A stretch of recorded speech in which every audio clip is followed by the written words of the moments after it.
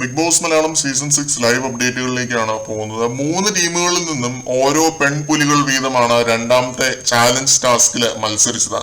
ഒരു മെമ്മറി ഗെയിമാണ് അവർക്ക് ബിഗ് ബോസ് കൊടുത്തത്.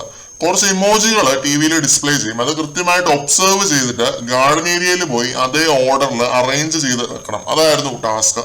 ഇൻട്രസ്റ്റിംഗ് ആയിട്ടുള്ള ഒരു ചാലഞ്ച് ആയിരുന്നു കേട്ടോ.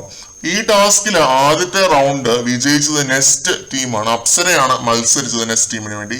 പിന്നെ ടണൽ ടീമാണ് രണ്ടാം സ്ഥാനത്ത് വന്നത്. നന്ദനയാണ് മത്സരിച്ചത്. അൻസിബയുടെ ഡെൻ ടീമാണ് ഈ റൗണ്ടിൽ പരാജയപ്പെട്ടത്. ഈ ടാസ്കിൽ ആര് ജയിക്കും എന്നനുസരിച്ചിരിക്കും അടുത്ത ആഴ്ചത്തെ പവർ ടീം ആരൊക്കെയാണ് എന്നുള്ളത്. 3 റൗണ്ടുകൾ ഉണ്ടെന്ന് തോന്നുന്നു ഈ ഒരു ടാസ്കില്.